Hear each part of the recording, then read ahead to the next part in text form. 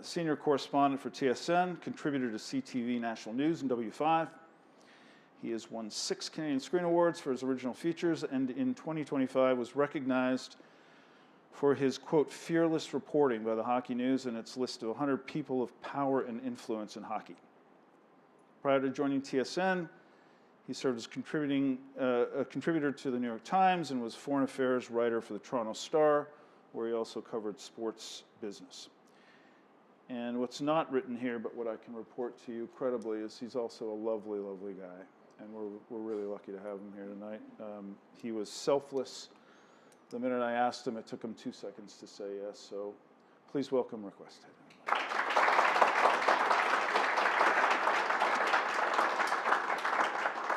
So we'll focus on the book tonight, not exclusively, but we'll obviously focus on the book, which is a bestseller in Canada. Congratulations on that. It's had extraordinary resonance, I think, and power in the public discussion. But it's a tough book. It's a tough book. I've now read it twice through in preparation for this. It is dark. There's passages where you have to stop and put it down for a while. It's a relentless book, I would say, in terms of the revelations that flow one after the other. It feels like machine gun fire at times. I know you to be a guy who loves hockey. Rick and I played in the same morning skate for many, many years together. He's coached his son. You drone on endlessly about who should be playing center for the Leafs. You follow the game, you love the game.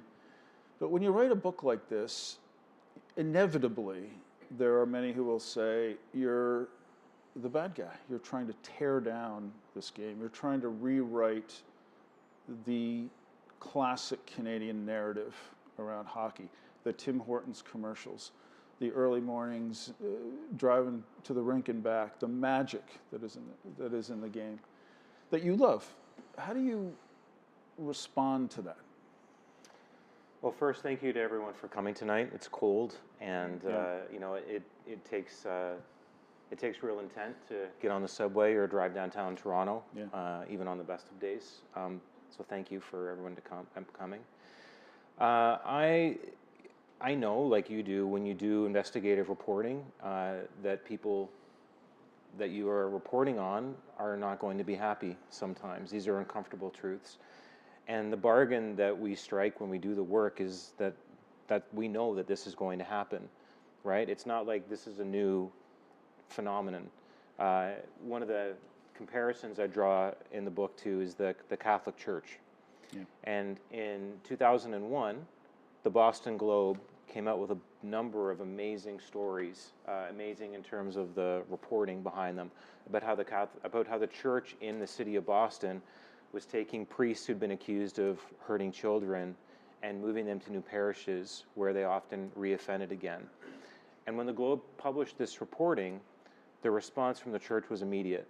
There was threats of litigation against the newspaper. There was pushback even within the Globe itself to the reporters who were doing this reporting. There was calling on the reporters to focus on all of the good that the church did. Why do you have to focus on the negatives, right? Yeah.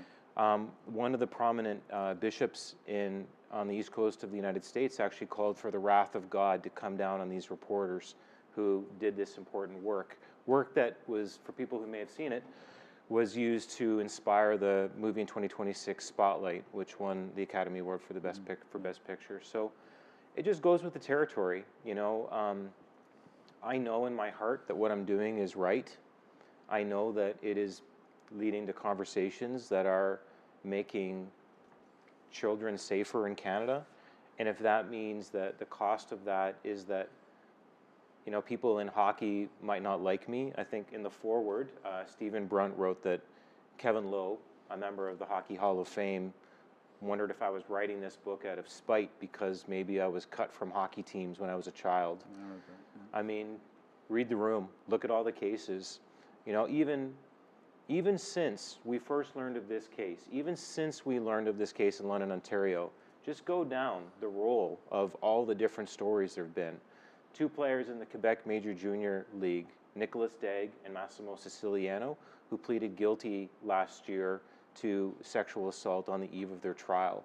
3 other players, including Shane Corson's son Noah, who are guilty of sexual assault involving a teenage girl in Quebec. Peel Police is currently investigating a claim by a woman that she was sexually assaulted by 8 junior hockey players in 2014 in Mississauga. Ryan Kessler, former NHL star, is charged in Michigan with sexually assaulting the friend of his teenage daughter. Willie Mitchell is accused in a civil lawsuit in British Columbia of sexual assault. Artemi Panarin, a star with the New York Rangers, allegedly sexually assaulted a woman who worked for the Rangers organization, and that team allegedly paid off a settlement to make that case go away. We haven't even talked about all the myriad cases in minor hockey that I'm alerted to every week.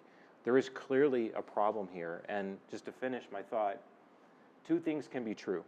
We can have a game that is amazing, and I think hockey is the best game in the world, but it can also be true that a sport can have systemic issues. And every moment that I doubt myself on this, and there are moments when I do, I think, boy, like, this is hard reporting.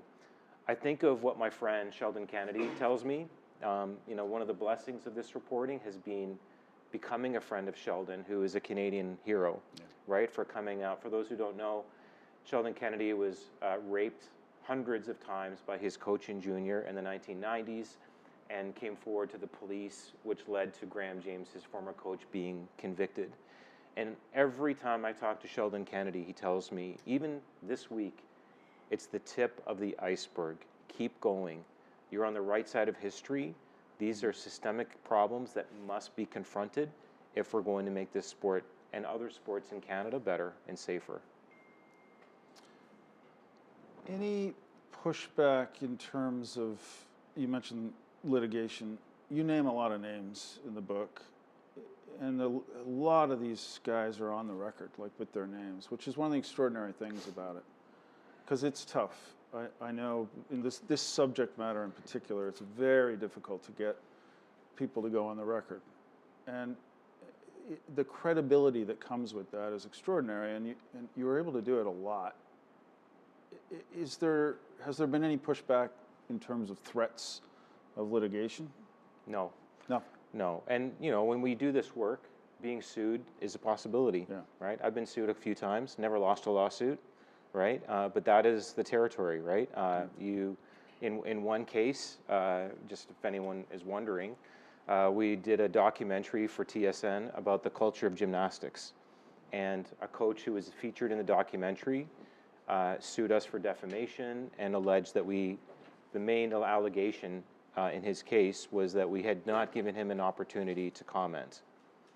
And so, as it happens, the Calgary Herald did a story on that allegation, and, you know, Rick Westhead allegedly did not give this coach a chance to comment. I remember this, yeah. Well, in the statement of defense that we filed, we pointed out the dozen different ways we had given him an opportunity to comment. The different emails, right? The registered letter we'd sent, the different text messages that he had received and read on his phone. We went out of our way to make sure that he had had a chance to comment. But, you know, sometimes, and you'd also know this, sometimes people will file a lawsuit just so that they can say in their community, I filed a lawsuit. And then there are many times that it doesn't go anywhere. But still, it can be scary to be sued. And when you wonder, well, why aren't more reporters going down this road? I wonder how many young journalists have the support of their organizations to do this, knowing that there's the possibility that you could be sued for any of these things. The book doesn't target the NHL, but obviously it's inevitably part of this. And you have a somewhat rocky history reporting on the NHL and Gary Bettman. Any response at all from Bettman or the NHL? No. And I wouldn't expect there to be. This book is really, like the genesis, the origin story of this book is when I heard about these allegations in London, Ontario, right? I'd heard about the allegation in this lawsuit that, you know, there was close to a dozen young men, in a hotel room for hours with a naked young woman who alleged that she'd been sexually assaulted. And of course, by now, most Canadians, if not all Canadians, know that that case went to trial for 2 months, and wound up with an acquittal. And not only that, the judge in the case said that she had found actual consent. Nevertheless, if it was either of my sons who was in that room and stayed there, I would be deeply ashamed of them because it's not how I've raised them. And when I read about these allegations for the first time, I wondered, how did we get here? How did we get to a point where, you know, you could have this many men in a room with a young woman like that, and no one is saying, are we okay with, like, what's happening right now? No one said to EM, by their own testimony, no one has ever said that they checked in and asked, are you okay? Is everything okay right now? And so that's the question that I wanted to answer, is how we got here. And so I used Instagram and messaged about 200 or so players who'd, you know, been drafted into the Canadian Hockey League, which is the highest level of junior hockey in our country. And of that outreach, from that outreach, I interviewed 58 players, young men in their 20s, whose stories were contemporary. And the through line of all of these stories was they love hockey, but every one of them acknowledged the issues that have to be faced and changed in terms of off-ice issues.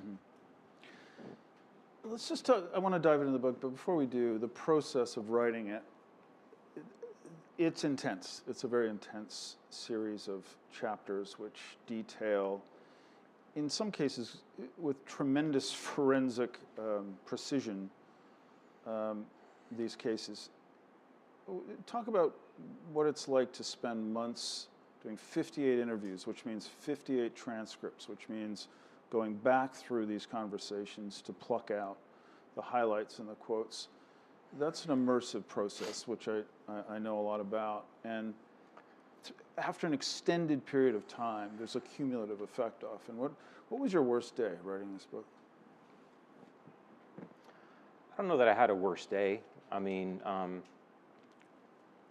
everything in life is about context and relativity, right? And I do write in this book about, you know, the trials my family went through when our son Carter was diagnosed with cancer.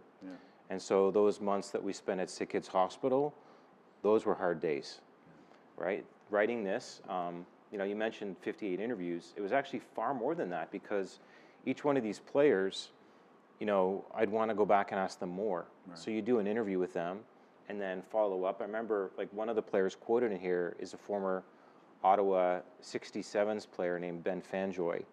I think I did 6 interviews with him. You know, and I tried to get to his family members. I tried to, Dan Carcillo was another player, and I interviewed his mother, and I was asking, can I talk to your wife? Can I talk to other people in your life, right? Just to corroborate facts, to try to get more, you know, a little bit more zest in terms of what you can add to the storytelling. And also, when you interview somebody about something that they haven't thought about for so many years, and then you come back and interview them again a week or so later, all the time, that second interview, someone will say, oh, I've been thinking about it, and this has come to mind that I didn't remember when we spoke about it first. And in cases like I'm reporting in this book, it's understandable why they wouldn't remember it, because so many of these men have suppressed these memories, right? Because they've been hurt in some way, in some cases, in life-changing ways from experiences in junior hockey. So you sent out these emails saying, I'm Rick Westhead and I'm writing a book and I'd like to talk to you. Why do you think so many said, yes, I would like to engage with you to talk about these things? Well, I think just as surprising as the fact that they talked to me at all was the fact that, like you pointed out, that so many of them said, put my name on this, right? And that was startling.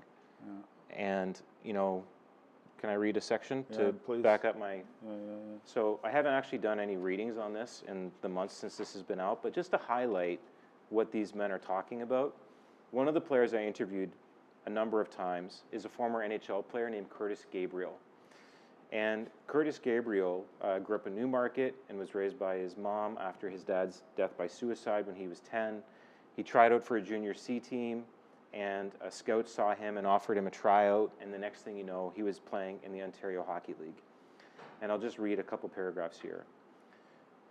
Sex was something our team talked about every day, Gabriel told me. It was all about who could get a girl to do something crazy sexually. These conversations weren't a secret.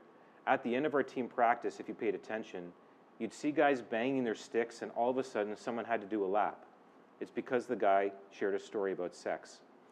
Gabriel said he and his teammates came to view young women as trophies. I cannot stress how much we were talking about sex, he said. It was for status. It was, look how much I can get. Look how masculine and dominant I am. Instead of talking about the NBA or other sports, we talked every day about sex and about trying to get girls to send us nude photos or take part in threesomes. These were casual conversations we had. He goes on to talk about losing his virginity only because he was pressured by other players to have sex before he was ready to.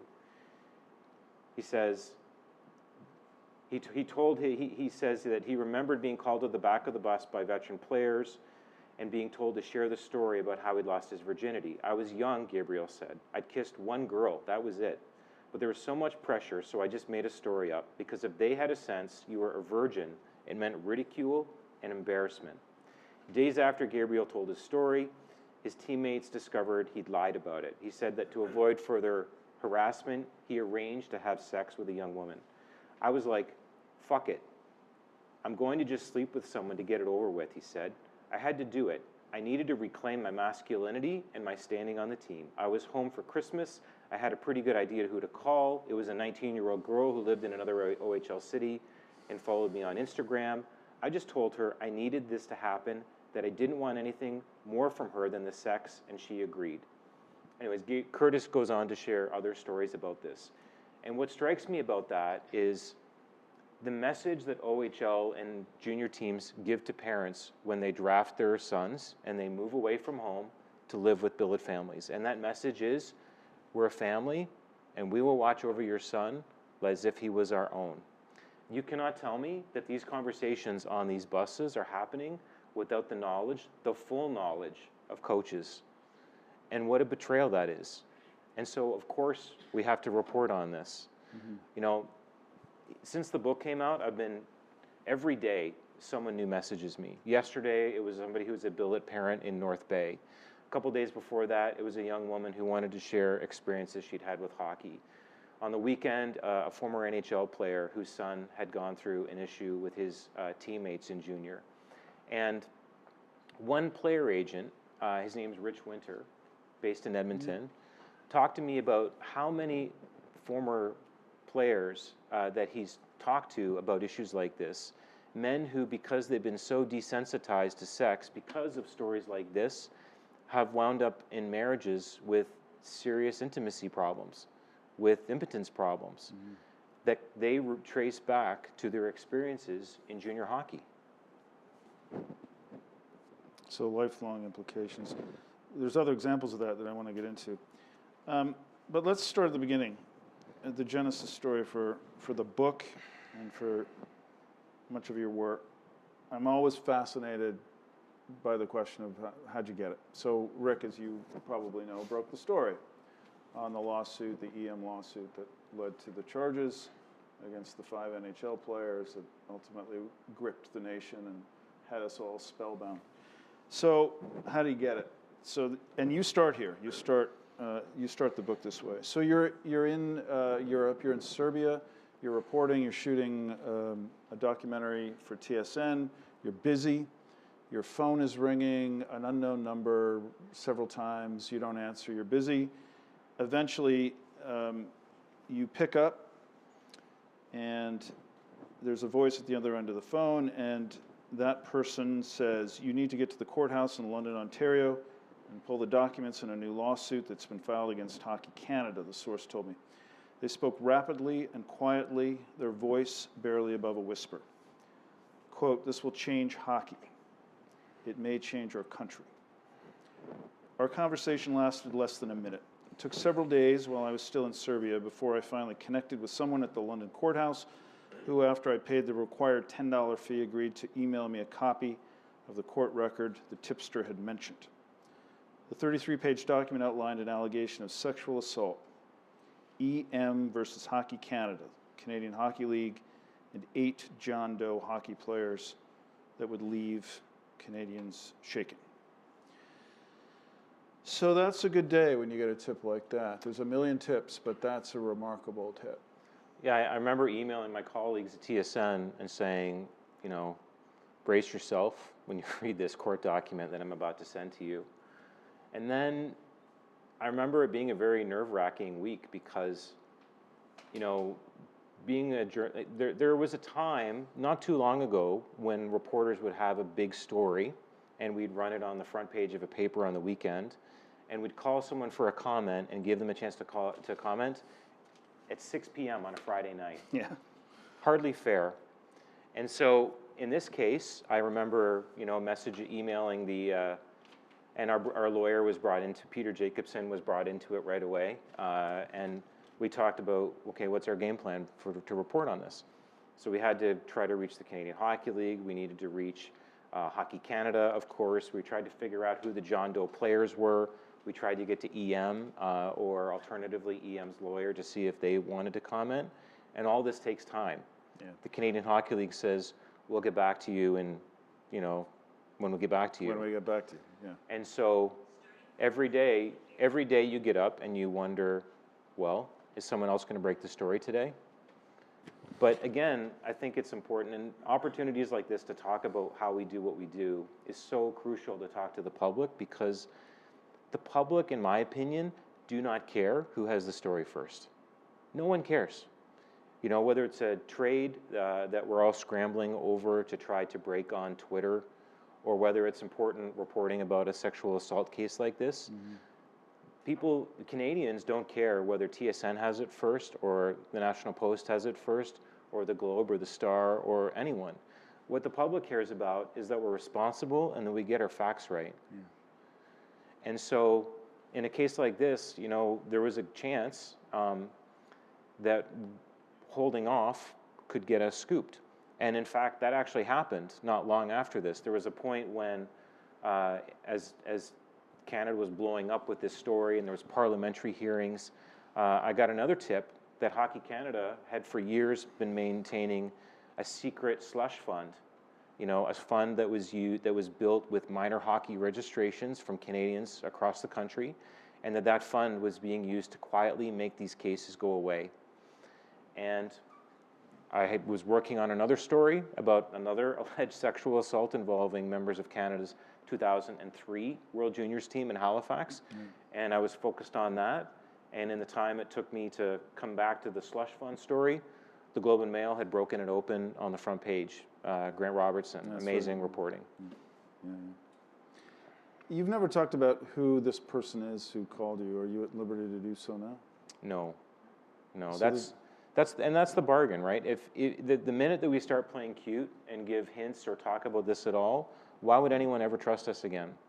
The commitment that we make to protect a source's identity is a serious one. So I would never betray that. So this is your deep throat that you go to your deathbed with? I mean, sure. All right, let's get into the guts of the book. So how did we get here? You do a long section on how it is that we've arrived at the place where we have arrived. And it's fascinating. You give sort of a constellation of factors, and I just want to go through some of them. The first is just flat out this kind of gladiator culture that you just talked about, that you just read. I'm going to read another section. This is a different player. And I thought this sort of captured the essence of that insular, closed environment. It is ingrained in us that our teammates are our brothers. We are expected to have each other's back, to lie for each other if we have to. Civilians wouldn't understand it. When we look around the room, we are 20 clones of ourselves, and we all know we are better than everyone else. This is our culture. We breed lions, and how do you tell a lion to stop being a lion? I don't know where you found these articulate guys. Like, that's an incredibly powerful quote. and ultimately became the title of your book. Random House actually fought me on that at first. Why? They didn't like the title, We Why? Breed Lions. Why? I don't know. They were thinking like, you know, more cliche. We tossed around more cliched ideas like 5 in a game. We knew that there was 5 players that were ultimately charged in London. 5 in a game is this colloquial hockey term for a 5-minute major in a game misconduct. But I remember saying, no, like this is it, because that quote is just so powerful. It's the best quote in the book, I think. Characterize for me that sentiment, which is actually woven throughout the book. This isn't a unique sentiment. It's very much reflected throughout the book. But this is a particularly poignant, I think, expression of it. How do you read it? How do you read this description of an environment? Well, first, I don't think it's the best quote in the book. I know what the best quote in the book is. What's the best and make that your last question to me tonight. I will Okay. tell you what the best quote is Okay. with my last Yeah, answer. hold me to it. What do I take away from that? I just think that just encapsulates everything that we're talking about. What is it to take a boy who is 16 or 17 and say, you are now going to play, you're from Toronto, you're now going to live in Sault Ste. Marie, right? Or further away from home. And in many cases, these boys aren't shaving yet, right? Sheldon told me that when he played his first year of junior, he had never shaved before, and there were players on his team that were balding already. The difference between a 16-year-old, and in Western Hockey League, you can play as a 15-year-old, even younger. So you're a 15 playing with a 21-year-old. Very different maturity levels, right? And the pressure that these players feel to be accepted and to fit in, you almost cannot describe how important it is to be one of the guys, to do whatever it takes to fit in. If your teammates are on the bus and say, you're going to start a Tinder account and let us take it over because we want to meet young girls. If their older teammates say, we've got a rookie party, you're 16, your job is to bring 3 girls to the party this weekend, you will do that. Because if you don't, and you don't fit in, and you're not one of the guys, you feel like you're on another planet. And you're by yourself, right? Your family is far away from you. I'm amazed, frankly, that we haven't had this conversation before, right? Hockey, yeah, all these things that you said are true. The Tim Hortons commercials, wrapping ourselves in the flag. It's amazing to watch Canada do well on a world stage in hockey, but there have been thousands of men who have come through this system, and when you talk about the things that they have had to endure, we're talking about things that have affected their partners, the way that they've fathered, right? The way that they are connecting with other people and treating other people. These are serious things. Let's talk about coaches and parents. They get a rough ride in here. And intimately connected to the culture is this notion that this culture can only exist with the permission of those who are responsible, with coaches and parents. I love this quote. Larissa Mills, a cognitive behavioral coach who works with young players. So she's up close, sees it, and has unique lens and expertise on it. She says, we're creating egotistical adults with no boundaries or social etiquette or understanding of consequences. The kids don't fear anyone. They don't fear their coaches or their parents. I'm worried about our young children's development today. Coaches don't discipline, parents don't discipline, and we wind up making excuses for so many kids who have this cocky bravado, who hurt people around them.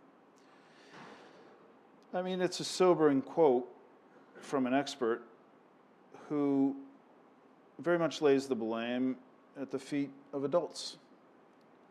And to be clear, we don't want to demonize the parents and the coaches, because obviously the investment that they're making in the game and the kids is extraordinary. But it does feel like there is something that has gone askew in the way that there seems to be a permission for this. The very example that you gave earlier about these conversations on the bus, there's adults on the bus. Do we behave as adults who are in positions of responsibility, do we behave differently when it's hockey than anything else? I think maybe. I mean, hockey is unique in that it is the only sport where we are sending away, where boys who are as young as 15 are leaving their family homes to play against 20, 21-year-old men, with and against. So it is unique in that sense. These issues are everywhere in society, right? In Hollywood, Jeffrey Epstein, you can go down the list, right? Larry Nassar in gymnastics, Jerry Sandusky at Michigan State, Harvey Weinstein, the Hollywood producer, right? It's not as if hockey has this monopoly on bad behavior. However, because of its place in Canadian society, why wouldn't we look at this and really try to effect a change and hold people in positions accountable? Like you're asking me about the role of parents.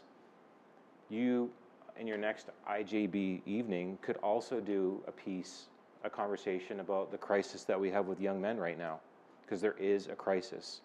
And I know this is a book about hockey, but it's barely about hockey, right? It's more about relationships.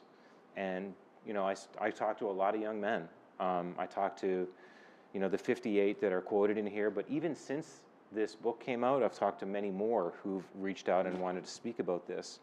And what I've heard from them is that they have felt worthless, that they have felt hopeless in terms of getting jobs, and we have, of course, as a society, we have taken these supercomputers that are smartphones now, and we've put them into the pockets of every kid who's old enough to walk.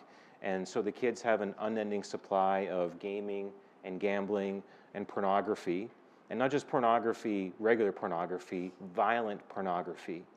And so now let's take boys and take them out of their homes, where the people who love them and would hold them accountable the most are close to them, and move them far away from their family homes. I wonder how that will work out in many cases. One of the players I talked to, and to be fair, there are many players who come out of junior hockey as upstanding, good men. Sure. Right? But there are still a number, and I know this because I interviewed so many of them, who have troubles, who have problems. One of the young players I talked to shared with me that on his going to camp for a junior team, and this is, again, contemporary, this is not old news, he walked into the hotel where the team was staying, and there was a number of other first-year players sitting in a semicircle on chairs, masturbating while they watched pornography. He was 16 years old, and that was his introduction to life in major junior hockey. I take your point that the incidents and events that happen in this book around hazing and sexual assault and abuse, that happens obviously with young men who have never put on a pair of skates. There's no question about that. But I think what the book persuasively argues is that there is something different here, because the structure has ultimately allowed it to happen in a different way, and in fact facilitated it in a different way. Right. Do you know what I mean? Yeah, and because we use the word accountability a lot as journalists.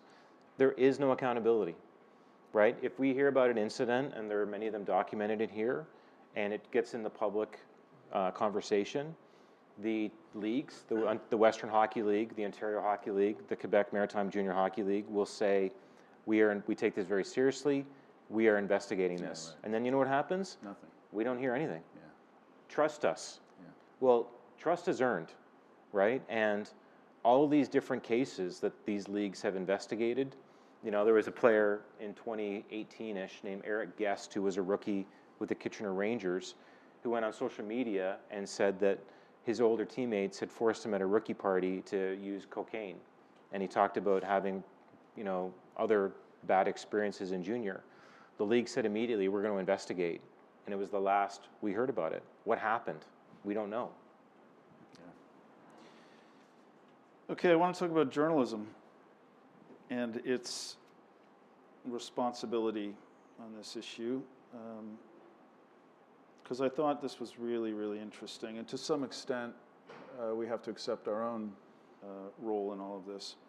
It's a theme that runs through the book. But you make the point that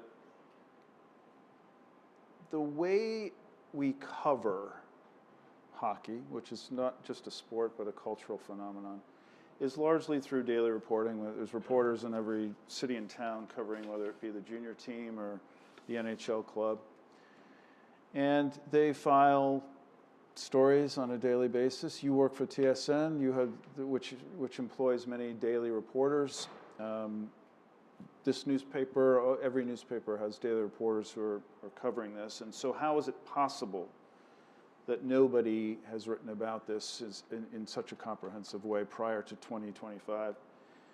And you write this: I understand the struggles that reporters face trying to churn out stories on deadline at a time when media companies are chasing social media views and clicks and likes while not providing enough time for journalists to do the necessary research and deep dives into important stories. As a beat reporter, grinding it out and sometimes filing multiple stories every day during a team's long season, you need access to the players and teams, and you can risk losing that access by asking tough questions. And I agree with that. But how do we square it? So you work for TSN, which has lots of reporters and hockey insiders who are talking about the game.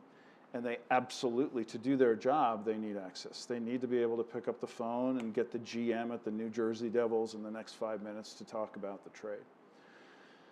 So you come along and you kind of broke the model by doing this kind of work. But what's so fascinating to me, and this is a tip of the hat credit to your employer, they allowed you to do this. This is their bread and butter. This is the golden goose. They make ad revenues on hockey. They have a whole infrastructure that's based upon celebrating the game every day, day in, day out. And you show up and start telling these stories. Why did they let you do this? Thank you for coming. Listen, the only thing that people, I report to an executive at TSN named Ken Bolden, and the only thing that Ken Bolden has ever said to me, like, God bless him, for letting us go down this road, and so many stories, not just hockey, but we've done stories on ringette, a full documentary on gymnastics that I talked about, volleyball, basketball, athletics, soccer, you name it. And the only thing he has ever said is make sure that you're fair and make sure that you're right, and go and find the truth, right? In some modest way, let's make our country a little bit of a better place. So I've been just fortunate to work for somebody that has that sort of a vision. And I would never judge other reporters for not doing this, honestly, because, you know, again, we talked about who has the experience to do this kind of work, not everyone. Who has the backing from their employer, like in terms of legal exposure, not everyone. And there are reporters who are on the grind and have to churn out stories every day, right? I'm just, and you're in the same position, through years of hard work. Now we're in a position where we've got the privilege to chase the stories that we think are in the public interest, stories that take longer. Yeah. To put an even finer point on it, though, and this is all in celebration of TSN. This was a story about incidents that occurred at the World Juniors. The World Juniors is TSN's holiday extravaganza. Like, that is a big deal for TSN. So the very event, it's not just that you wrote about hockey. You wrote about what happened at a specific tournament, which is the holiday highlight for TSN. They clear the decks. It's a very well-watched, presumably very lucrative property for them. And if I'm the bosses there, honestly, it's flabbergasting to me that nobody there said, you know what, Rick, I get it. Not this one, though. Not this one. Find anything else, but not this one. I feel like you saying "Thank God for TSN" is more powerful than me saying "Thank God for It TSN." is. I'm not sure there's many media organizations that would have allowed you to do this. It feels existential. It really does. So, hats off. What about your colleagues, though? I mean, listen, TSN's got a lot of great people, and we're all busy and we're all chasing different things, and people who follow sports and follow sports passionately, they want news that is, you know, what are the Maple Leafs going to do? You know, their season's in the tank, they're in last place, who are they going to trade? And there's nothing wrong with that. In fact, that's part of what makes sports great. And we should also aspire to be the best at telling those stories, because for how many people is sport a chance to escape from life for a little bit, right? And so I think that we can be proud of the fact that we do both of those things. We're excellent at telling stories like this, but we also are excellent at doing kind of the meat and potatoes, you know, that's hockey broadcast every night for people who follow the game so closely. I get it, but you're not answering the question. There are people at your network, and forget your network, but across the spectrum who rely on access. And when TSN is doing stories like that, presumably many of those daily reporters who require access and have been up until now seen as part of the organism of hockey, very much intertwined within it, somebody has to have said to you, Jesus, Rick, you're making life difficult for me. This could undermine my ability to do my job. If I call up and say, I'm Joe Smith from TSN and I'd like to talk to the GM, the odds now that that GM is going to say, TSN, screw you. I can tell you, sitting here, that the opposite is true. Really? Yeah. Bob McKenzie is a seasoned hockey insider, the best who's ever done that job. And I don't know details, but I have been told that he has basically told people, back off, we're doing this reporting because it's the right thing to do. And he hasn't paid any price. This is a good news story. Like, there has been no one, honestly, who's been like, oh, you know, we're going to get you. Like, maybe at the NHL, but... That's amazing. That's counterintuitive to me, but that's great. Okay, let's talk about the trial. Most fascinating trial. Twists and turns. It's a movie. It's a Netflix show. The twists and turns, and the lawyer running into the juror at the London market and blows up it was an incredible thing. Just what are your, when you reflect back on it, what do you? I mean, the lawyers. I'm not a lawyer. I don't have that training. I just, you know, reported on that case every day for 2 months, and it was extraordinary. It was like nothing people in the legal community have ever seen before. There was 2 mistrials. It's incredible. 2, right? It's incredible. You know, the first one when, you know, there was an interaction between a defense lawyer and a juror at a market, the Covent Garden Market in London. And then the second mistrial, after one of the jurors handed a note up to the judge saying that she and other jurors felt like when they walked into the courtroom, their appearances were being judged by some of the defense lawyers. And you could almost see, and this came after EM had testified and after she had been cross-examined, and you could almost see the defense being like, this is an opportunity, and before you know it, the second jury had been dismissed, and the case moved on as a trial by judge alone. And I think, you know, I remember talking to other reporters. There was a number of great reporters who covered this. Robin Doolittle at the Globe and Mail, and Katie Strang at The Athletic, and Kate Dubinsky, who ran a daily blog for CBC, and she did amazing work. You could see reporters actually following Kate's blog as they were sitting in the same courtroom she was, right? Yeah. And as gross as that trial was, it was still a positive experience to cover because there was great collegiality from the media. It was being at the center of a story that mattered, that Canadians across the country were paying attention to.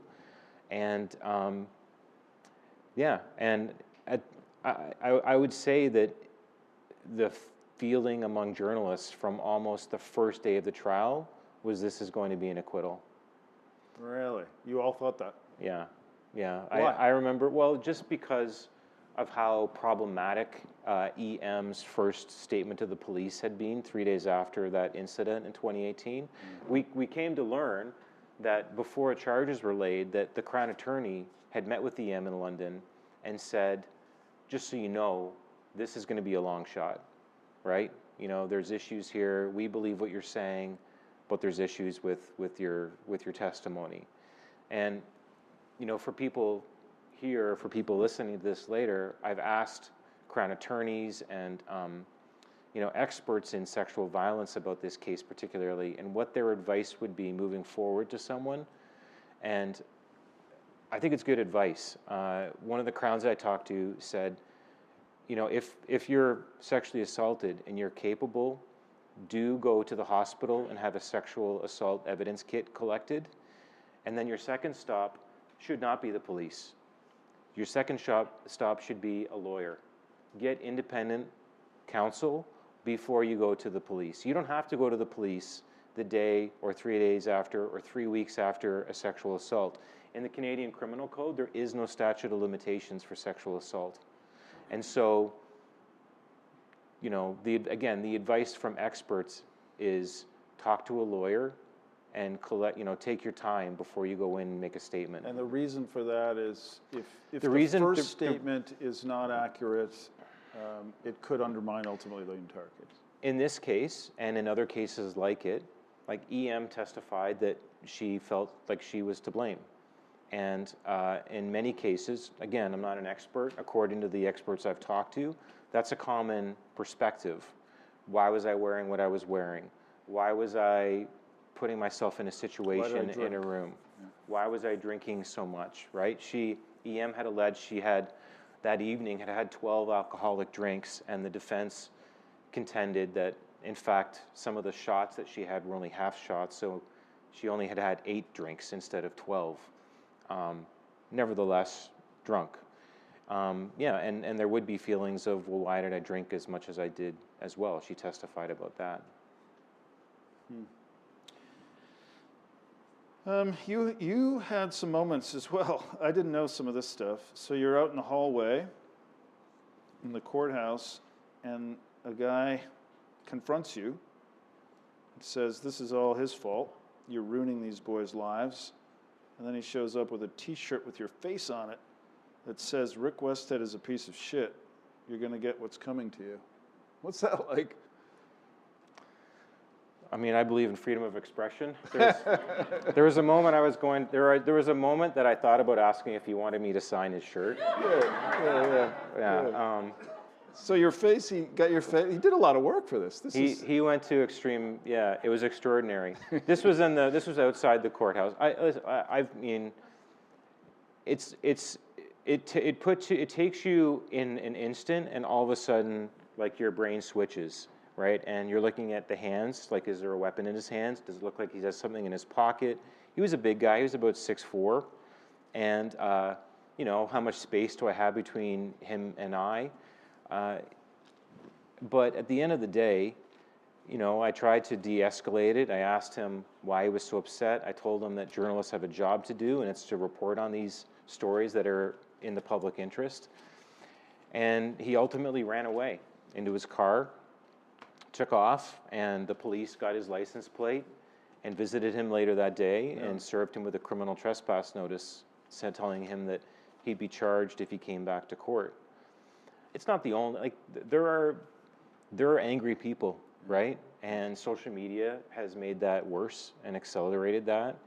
You know, some of the messages that I've received are very angry. You know, people, you know, I was mentioning, and you know the story well, of, you know, Carter, my son, going through a cancer battle, and more than one person on Twitter will send me a message saying, I hope your son gets cancer again, things like this. And so what can you do? That also is part of the bargain. With social media, we have technology where people can anonymously send messages and say things, whatever they want, no matter how hateful. And you know, the choice, I guess, that I make is backing away from social media for the most part. I'm not on there very much anymore. And yeah. One of the things that is really helpful for journalists in a trial is the exhibits. They offer remarkable insight into behind the scenes. And through the process of the trial, of course, you gained access, and the public gained access to some of the details behind the case. I just wanted to read these emails. Emails are always very helpful, contextual documents.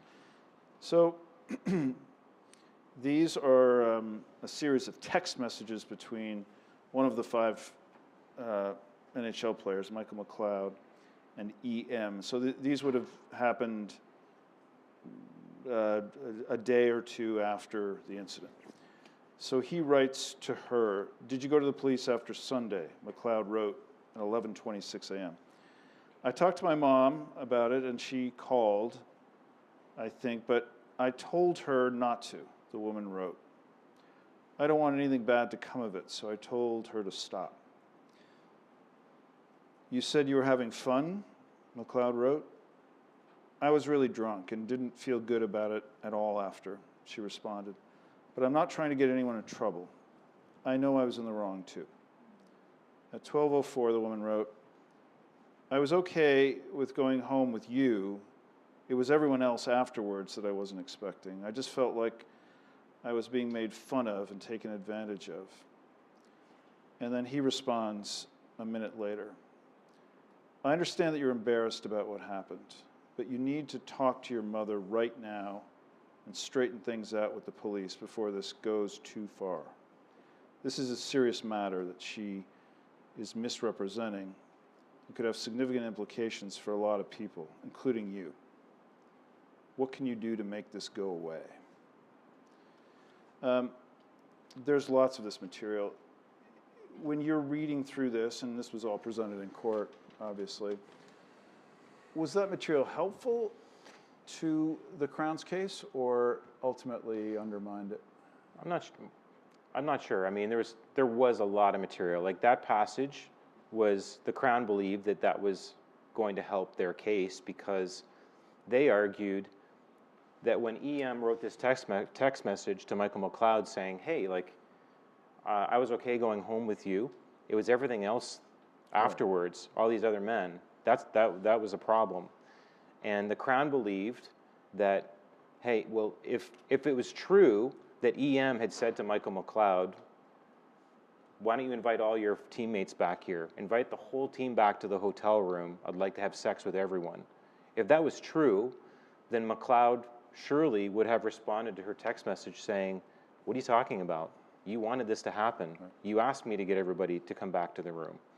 So there was all kinds of messages like that. Some of them, like some of the messages were just interesting because they told another story. Like, you know, after EM goes to the hotel room with Michael McLeod and they have consensual sex, he sends a group text message out saying, "Who's up for a 3-way?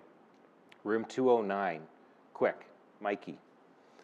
And one of the responses to that invitation for group sex was a player saying, "Who's got my charger?" And the story that tells, in my opinion, is just how banal this was. This was, for some of these guys, just another Monday night. Hey, which of you 20 guys wants to come back and have sex with a girl right now? And the answer is, "Who's got my cell phone charger?" That tells me that for some of these players, that wasn't extraordinary at all. I have another example. Go. I think the turning point in this whole trial was the testimony of a player who was not charged. The star witness in this case was supposed to be Brett Howden. Brett Howden was not accused of criminal wrongdoing. He plays for the Vegas Golden Knights, and he was in the hotel room when all this happened.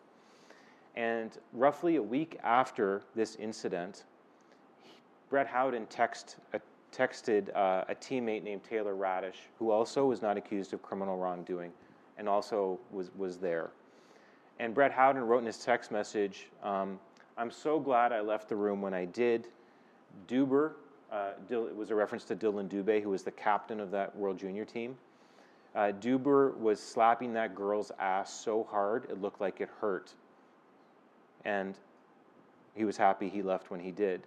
And then several days after sending that text message, Brett Howden was interviewed by the law firm that Hockey Canada had hired to do an investigation. And in his interview with Hockey Canada's lawyer, Brett Howden said that he had heard EM weeping in that hotel room, which is, to me, a very specific word.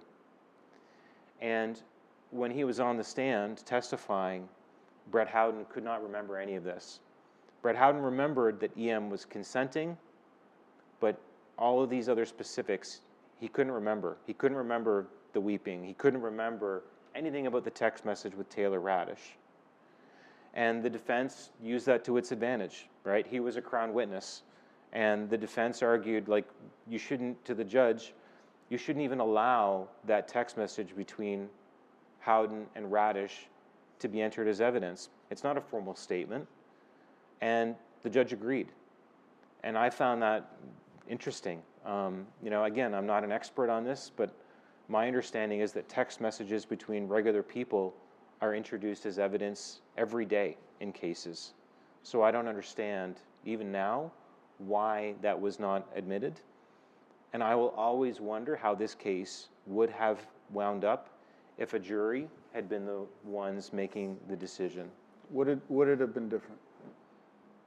Well, we won't know if we don't know. What's your gut? I don't have a gut. I would love. It's interesting, in the United States, jurors after trials do interviews all the time. Yeah. But in Canada, jurors cannot do that. It's a criminal offense for a juror to speak about a case where they have reached a judgment, right, and either convicted or acquitted someone. However, in this case, because there was mistrials, the jurors actually never had to deliberate on a verdict. So the jurors, both of the juries in this case, they would be free to do media interviews if they choose to. Fascinating. So why haven't they? Have you called them? Well, I don't know who they are. I mean, their identities are protected. It would need to be a case where the jurors would need to come to reporters or be introduced. And none have. No, not yet. Not that I know of. I mean, it's possible. Maybe a reporter is out there right now working on that story. Fascinating. So you don't know their names, but you sat there. You know what they look like. You know they live in London. Yeah, well, you know what they look like because when you see them come into the court, you're writing down what their hairstyle is and their hair color and their gender and what they do for a living and, you know, details like that. There was a few, for instance, who were farmers who in jury selection said, like, I can't be here right now because it's the spring and we've got a plant, right? Yeah. And so you've got these little biographies, like 4 lines to go off of. And no one is mentioning their names when they come in. It's like juror number 37, juror number 52. So, you know, really, it's a tough thing. And you don't have a picture of them because there's no cameras allowed in Canadian courts. So. Man, I want to read that story, though, man. I want to read what the jurors want.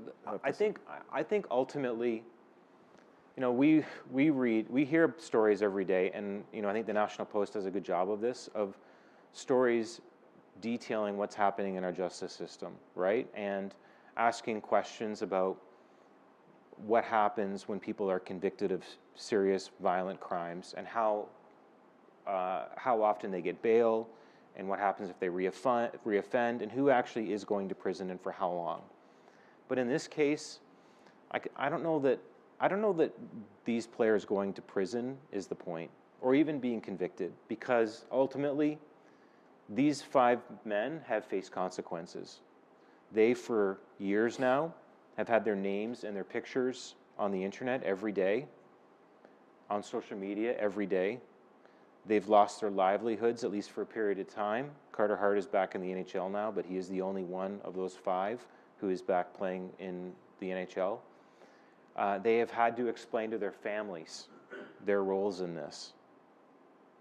And one day, if these men are married or not married and have children, they're going to have to explain to their kids what happened, because their kids are going to be asked about this at school. So there have been consequences. So was there justice here? I know that's not a question for me, honestly. I don't know if there was justice or not, but this has been a case that has led to some positive outcomes. One, it's led to really great reporting by the Globe and Mail exposing a slush fund that Hockey Canada maintained It has led to accountability for sports organizations across our country because other sport organizations do not want to be in the same situation Hockey Canada has found itself. And I can tell you the most, in terms of demographics, the #1 demographic of people in Canada who've reached out to me about this are moms. And that surprised me. And the number of mothers who have told me that they have read this book and that it has been a catalyst for them to talk to their kids about these issues, it's been shocking. I almost, and I would almost say it offers a challenge to men. Now, I did a talk some weeks ago at the University of Ottawa, and at this talk there was about 40 to 50 men in their 20s, students there. And I asked them, how many of you have had conversations about consent with your families, with your moms and your dads? And of those 40 or 50 men, 3 had had those conversations. These are uncomfortable conversations. No one likes having them. When I dropped off Carter at University of Guelph for school this year, I said, well, let's talk about consent. And he kind of rolled his eyes and said, listen, I've heard you talk about sexual assault in our house every day for 3 years now. But nevertheless, I just said to him, my expectation of you, Carter, is that you will be a protector of young women. And if you see a woman at a party or on campus, in residence, and it looks like she is not comfortable in the situation she's in, that you will say to her, are you okay? And you won't leave until she looks at you and says yes. This is not a huge ask, right? And I think that my challenge to fathers is have these conversations with your sons. And if this book leads to that, then it's been a success. What's the moral at the end of the day? What is the moral of this story for you? What needs to be done? Let me hand you the magic wand to fix it. What would you do? Here's the good news is there is hope, right? Again, there are great people in hockey. Give me 2 minutes. Give me 30 seconds to tell you a quick story. When Carter was sick and had come home after his second round of chemo, and his hair was coming out, and his beautiful eyelashes were falling out, and in our home, it was dark. A knock on the door, and I go to the door, and there's a boy there named Keaton Wells.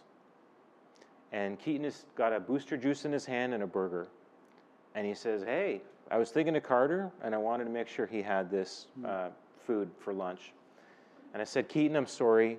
Carter's doing a Zoom with a teacher at Sick Kids. He can't talk to you right now, and you can't come in because of COVID and how immunocompromised Carter was. And Keaton said, yeah, no problem. I'll wait here. I'll wait on the porch. First week of February, weather just like it is outside, minus 20, 25. That boy stood on our doorstep for 45 minutes. And when Carter answered the door, gave him a quick hug, handed him the booster juice, handed him the burger, said, I'm really sorry, this is probably cold now. But what a friend. And he had that friend through hockey. Keaton was a hockey teammate. So I not only recognize that there are great people in hockey, I celebrate them. I celebrate Keaton Wells, and I love telling the story about his friendship to Carter. And there's other good news. There are programs now, like one in Hamilton, Ontario, where the Hamilton Minor Hockey Association has partnered with an agency called Coaching Boys into Men. And so this program partners with, in Hamilton, a women's shelter named Interval House, run by a woman named Sue Taylor. And so this year, 16 hockey teams in Hamilton are doing this program, Coaching Boys into Men. And so what that means is their coaches, hockey coaches, are trained by the staff at Interval House in how to talk to boys about issues like consent. And so through the course of this hockey season, these 16 teams are having a series of conversations after practices. And last year, I went down and I watched some of these sessions. And I thought what I would see would be men of our age or a bit younger talking to boys who are 10, 12, 14, who were looking at their feet, who were uncomfortable, didn't want to have this conversation at all. And I could not have been more wrong. These boys were desperate to have this conversation. They were leading the conversations. They were talking. One boy asked about what the room thought they should do, group of 12-year-olds, if a girl sent them a photo of herself with no clothes on. Should you post that on the Snapchat for the team? The 12-year-olds are leading this conversation. Another coach last year told me that his team led a conversation about what they should do. These are 14-year-olds if they see a young girl being roofied or drugged at a house party. What do you do in that situation? The boys were leading the conversation. They want to have these discussions, but because it's hard and because men are so often career-driven, and I am guilty of this as the next guy, I wish I had more of these conversations with my sons when they were younger. They're not happening. So maybe the redemption story for hockey is that coming out of all of this, maybe there's a movement across Canada where these sorts of programs become the norm, and where we really are helping these boys become the best versions of themselves and leaders and protectors, not just of women, but of the vulnerable, right? Of people who are racialized, of people who are LGBTQ+, of people who are vulnerable. What an amazing story that would be. Has Carter read the book? No, Carter's in first year, and he needs to be focused on the school right now. There'll be a time for the book. Can I read you my favorite quote? Yeah, do it. So, the coaching boys to men, you think about how hard it is in a country of 40 million people to affect a change. And I asked Jeff about this. And sorry, who's Jeff? Jeff Toole is one of the men in Hamilton who is an advocate for the Coaching Boys into Men program. And so I write, for Jeff Toole, the path ahead is unmistakable. Broaden the reach of the Coaching Boys into Men program and enlist more coaches in the effort. We know what works, he said with calm certainty. The challenge now is helping others recognize its worth. As people learn about this program, I think parents are going to want their kids playing in an organization that buys into it. Toole understood that reshaping hockey's culture won't come quickly. It can feel like we are just taking spoonfuls of water out of the ocean. This is hard, and there are going to be setbacks. It takes courage. But if we stick to it, this will change minds and our culture. Every spoonful is a kid. Every spoonful matters. We have to do this for the game, but more importantly, we have to do this for our kids to help them be the best sons, brothers, husbands, and men that they can be. That's a good quote.